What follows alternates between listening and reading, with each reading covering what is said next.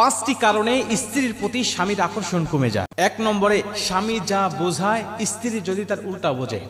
স্বামীর থেকে স্ত্রীর বুঝ যদি বেশি হয়, স্বামীর কথার প্রতি কোনো আনুগত্য যদি না থাকে, স্বামী একটা কথা বলছে, আপনি পাল্টা যুক্তি দিয়ে বলছেন না তোমার কথা ভুল, তোমার কথা মানি না, আমার কথাই সত্য, এটাই যুক্তি, সঠিক যুক্তি, তোমার যুক্তি ভুল, এমন যদি হয়, এই স্ত্রীর প্রতি স্বামীর আকর্ষণ আস্তে আস্তে কমতে থাকে, তার প্রতি কোনো মায়া থাকে না, আস্তে আস্তে কমতে থাকে এবং কমতে কমতে এমন পর্যন্ত চলে যায় যে তার সাথে সংসার করার ইচ্ছা আগ্রহটাই একসময় মরে যায়।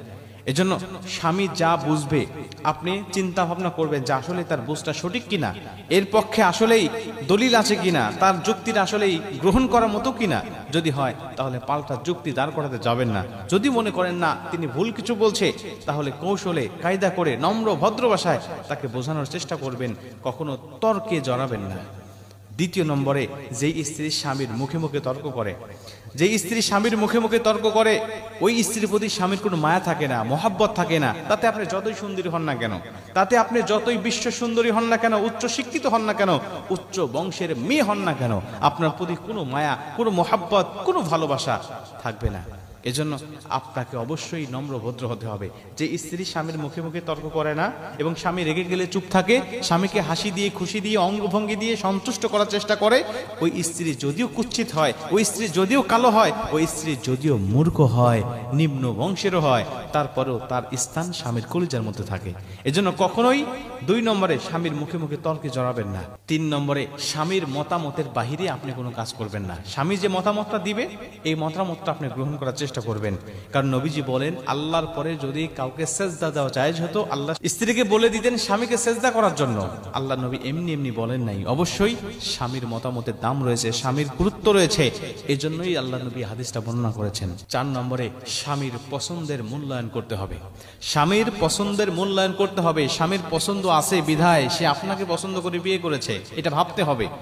স্বামী যদি পছন্দ করে কোনো কিছু আপনার জন্য নিয়ে আসে, আপনাকে হাদিয়া দেয়, গিফট করে, যদিও সেটা ভালো না হয়, তারপরেও তার সামনে কখনো বলবেন না কি নিয়ে আসছো, এটা কি পড়ার মতো কিছু, এটা কি গ্রহণ করার মতো কিছু, এটা তো পছন্দনীয় নয়, এটা তুমি ফেরত দাও। অনেক মা বোনরা আছে পছন্দ তো করেই না, একটা শাড়ি নিয়ে আসছে জীবনেও সেটা পরে না এবং এটা ফেরত দেওয়ার জন্য তাকে প্রেশার ক্রিয়েট করে।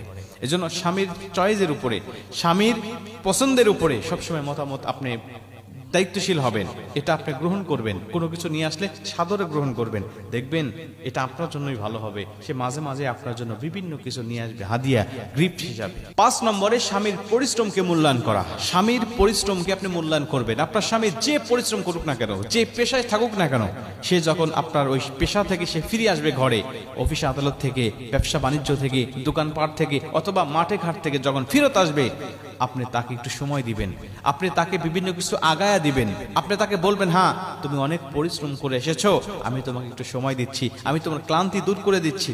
কিন্তু অনেক মা বোনরা আছে তারা বলে, তুমি কি এমন করো সারাদিন, তুমি এমন কি করো কষ্ট করে, আমি তো সারাদিন সকাল থেকে শুরু করে ঘুম থেকে ওঠার পর থেকে নিয়ে রান্না বান্না থেকে শুরু করে সন্তানদেরকে গোসল করানো, খাবার দাবার খাওয়ানো, স্কুলে পৌঁছানো, কত কাজ আমি করি, আমার মতো কাজ করলে তো তুমি পাগল হয়ে যাবে। মানে স্বামীর পরিশ্রমকে সে কোনো মূল্যায়ন করে না।